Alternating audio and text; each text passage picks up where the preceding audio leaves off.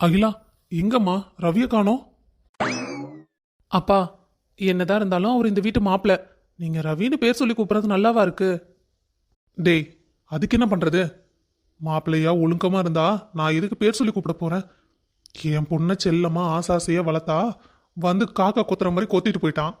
சரி, வீட்டோட மாப்பிள்ளைய வச்சுக்கிட்டா ஒரு ரூபாய்க்கு பிரயோஜனம் கிடையாது. ஒரு வேலையை உருப்படியா செய்யறானா? அப்பா, இதெல்லாம் கேட்டா மாமாக்கு மனசு சங்கடப்படாதா? மாமா இருக்கும்போதாவது கொஞ்சம் மரியாதையா பேசுங்கப்பா. என்னடா, அண்ணனும் தம்பியும் சேர்ந்துக்கிட்டு என்ன எனக்கு பாடம் நடத்திட்டு இருக்கீங்களா? எனக்கு யாரை எப்படி நடத்தணும்னு நல்லா தெரியும். உங்க வேலையை பாருங்க. அடடடடா, ஒன்றும் இல்லாத பிரச்சனை எதுக்கு பெருசு பண்ணுறீங்க? அவரு மாப்பிள்ளைய பையன் மாதிரி நினைக்கிறாரு, அந்த உரிமையில பேசுறாரு. ஏன்டா உங்க ரெண்டு பேர்த்துக்கு இப்படி எரியுது? இப்போ அப்பா என்ன போடா வாடான்னு பேசினாரா இல்லை அவன் இவன் பேசினாரா? ரவின்னு பேர் சொல்லி தானே கூப்பிட்றாரு. இதில் என்ன குறைஞ்சு போச்சு? வீட்டோட மாப்பிள்ளையா இருந்தா அப்படிதான். மா, என்ன பேசுறீங்க நீங்க? மாமா என்ன வீட்டோட மாப்பிள்ளையே வரேன்னா சொன்னாரு? அக்கா கூட கல்யாணம் பண்ணி வைப்பனா நீ வீட்டோட மாப்பிள்ளையே வான்னு அப்பா தானே சொன்னாரு. இதுல மாமாவோட தப்பு என்ன இருக்கு? அப்பா, நீங்க கோவப்பட்டாலும் நான் சொன்னதானே உண்மை. ஆதி மாமா ப்ளீஸ், எல்லாரும் இந்த டைமில் தான் ஒன்றா இருக்கும். இப்போன்னு பார்த்து சண்டை போட்டுட்டு இருந்தா. இல்ல ராஜி, அது வந்து ஆதி, போதும். இப்போ வரைக்கும் நீ பேசினதெல்லாம் போதும். பேசாம உள்ள போ. ஏய், ஹவு மா. பேசாம உள்ள போங்கடா ரெண்டு பேரும். ஆதி மாமா,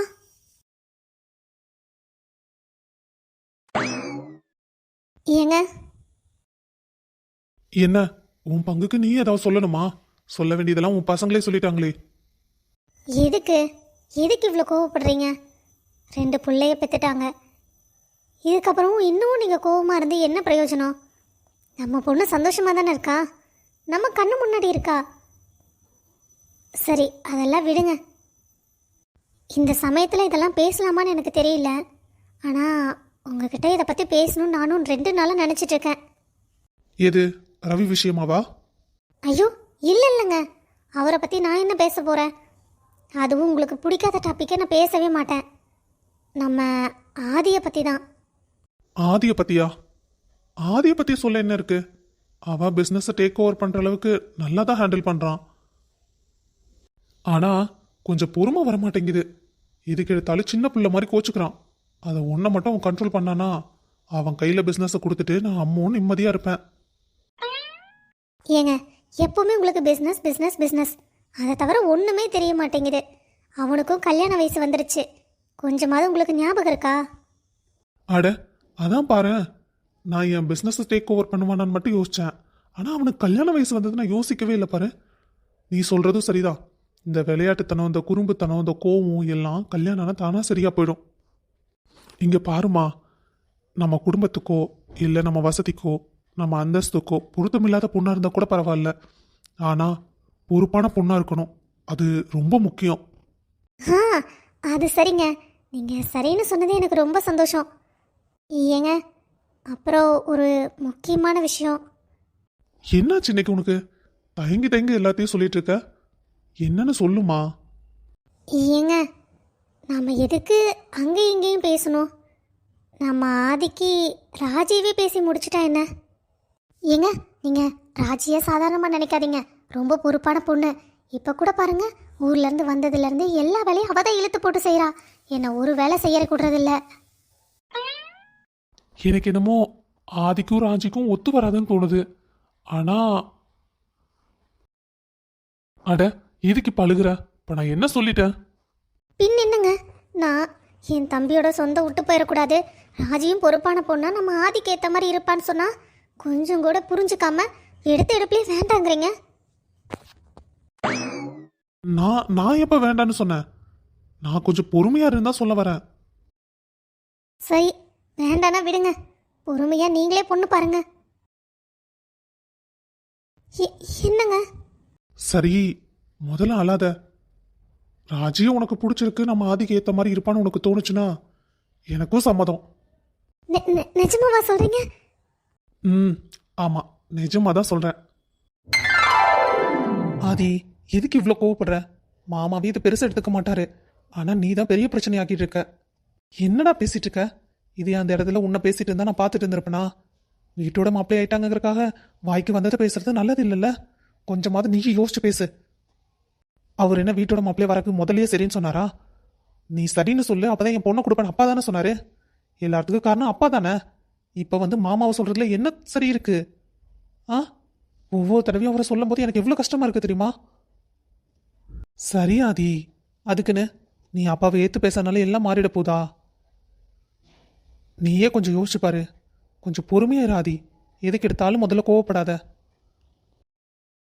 ஆதி ப்ளீஸ், நான் சொல்றத கொஞ்சம் கேளு. அது சரி ஆதி, நீ இப்போ ரொம்ப கோவமா இருக்க. நான் போயிட்டு அப்புறம் வரேன். நான் கோவப்படுறேன்னா எதுக்கு கோவப்படுறேன்? நியாயத்துக்கு தானே கோவப்படுறேன். கோவப்படுறேன்னு மட்டும் சொல்றாங்க, ஆனா எதுக்குன்னு சொல்றது இல்ல. இப்போ இந்த இடத்துல கௌதமும் இன்னும் சண்டை போட்டிருக்கணும். ஆனா அவன் பொறுமையா சரி சரின்ட்டு வரான்.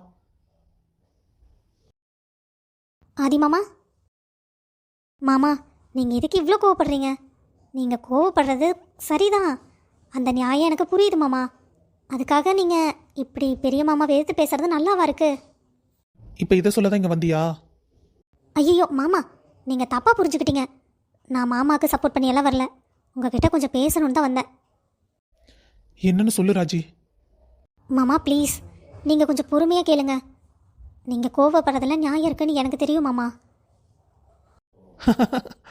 ஓ காட், நீயாவது என்ன புரிஞ்சுக்கிட்டியே. மாமா இப்போ பாருங்க, நீங்கள் சிரிச்சிட்டே பேசுங்காட்டி எவ்வளோ அழகாக இருக்கீங்கன்னு.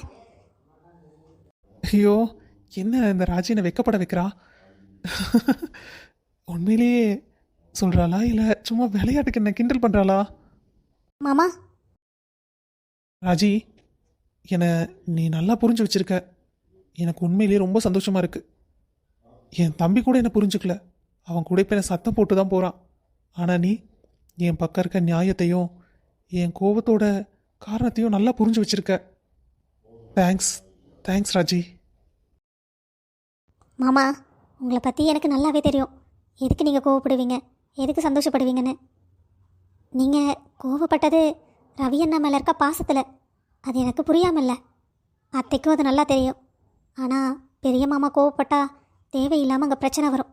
அதனால தான் அத்தை அப்படி நடந்துக்கிட்டாங்க உங்ககிட்ட. ப்ளீஸ் அத்தை மேலே கோவப்படாதீங்க மாமா. நீங்கள் போய் அத்தைகிட்ட பேசுங்க. இல்லை ராஜி, இப்போ போய் நான் அம்மாட்ட பேசுன்னா அம்மா என் மேலே கோவப்படுவாங்க. கொஞ்சம் நேரம் ஆகட்டும், அப்புறம் நானே போய் பேசுகிறேன். ம் சரிங்க மாமா. சரி நீங்கள் ரெஸ்ட் எடுங்க, நான் டின்னர் பண்ணிவிட்டு உங்களை கூப்பிட்றேன். ம் சரி. ச்சே, எவ்வளோ நல்ல பொண்ணா இருக்கா. இன்னும் சின்ன வயசுல இருந்த மாதிரியே என்கிட்ட அன்பா நடந்துக்கிறா. அவ நான் சொன்னதை எப்பவுமே பெருசாக எடுத்துக்கிட்டதில்ல. உண்மையிலேயே ராஜி அப்படியே இருக்கா, அவ குழந்தைத்தனம் மாறாம. ஏன் இந்த கோடு வேலை செய்ய மாட்டேங்குது? ஏதாவது பிரச்சனையா இருக்குமோ? இன்னும் கொஞ்சம் டீட்டெயிலாக பார்க்கணும் போலயே. அகிலா, ஏன் என்னாச்சு? ஒரு மாதிரியா இருக்க? அட ஏமா என்னாச்சு? யாராவது ஏதாவது சொல்லிட்டாங்களா? உங்க அம்மாக்கு இது உன்னை திட்டினாங்களா என்ன? என்ன திட்டினா கூட பரவாயில்லைங்க, எங்கள் அப்பாவும் எங்கள் அம்மாவும் என்ன செல்லமாக வளர்த்தாங்க. நான் அதெல்லாம் பெருசாக எடுத்துக்க மாட்டேன். ஆனால் எங்கள் அப்பா உங்களை பேசும்போதெல்லாம் எனக்கு எவ்வளோ கஷ்டமாக இருக்குது தெரியுமா? அட மென்டல், இதுக்கா நீ இப்படி மூஞ்சி வச்சுட்டு இருக்க? நான் என்னமோ ஏதோ நினைச்சிட்டேன். என்னங்க, எங்கள் அப்பா எது சொன்னாலும் நீங்கள் பெருசாக எடுத்துக்கவே மாட்டேங்கிறீங்க, ஏன் அது? அகிலா, உங்க அப்பா இந்த வீட்டோட மாப்பிள்ளையா வரணும் அப்படின்னு சொல்லும்போது நான் சரின்னு தானே சொன்னேன். அதுவும் உனக்காக, உனக்காக மட்டும்தான் அகிலா. இப்போ மட்டும் என்ன குறைஞ்சிருச்சு? நானும் பிஸ்னஸ் பண்ணிட்டு தானே இருக்கேன். இண்டிவிஜுவலாக ஒரு பக்கம் பிஸ்னஸ் பார்ட்னராக சேர்ந்துருக்கேன். எனக்கு வர சம்பளத்தை வச்சு என்னால் எவ்வளோ முடியுமோ அதை சேர்த்து வச்சு இப்போ நம்ம சந்தோஷமாக தானே இருக்கோம். உங்கள் அப்பா வீட்டு சாப்பாட்டு கொடுத்தா நான் அவர் கம்பெனியில் வேலை செய்கிறேன். எல்லாத்துக்கும் ஈக்குவலாக போச்சுல்ல? அகிலா, நீ எதுக்கு கவலைப்படுற? உங்கள் அப்பா பேசாததை நான் பெருசாலாம் எடுத்துக்கவே இல்லை. இப்போ தான் பார்க்குறக்கு ரொம்ப அழகாக இருக்க. எதுக்கு எடுத்தாலும் உருன்னு வராத. உங்கள் அப்பா பேசுகிறதும் நான் கேட்குறதும் இப்போல்லாம் சாதாரண விஷயமாயிடுச்சு. எல்லாம் கொஞ்ச நாள். இப்போ கூட நீ ஊன்னு சொல்லு, நம்ம வெளியே போய் தனியாக வீடு எடுத்து சந்தோஷமாக இருப்போம். எல்லாம் சரிங்க. எப்படி இருந்தாலும் இந்த சொத்துல எனக்குன்னு ஒரு பங்கு வரும்ல. அடி கள்ளி, இதை மனசுல வச்சுட்டு தான் அப்பா கூட இருப்பேன் நீயா?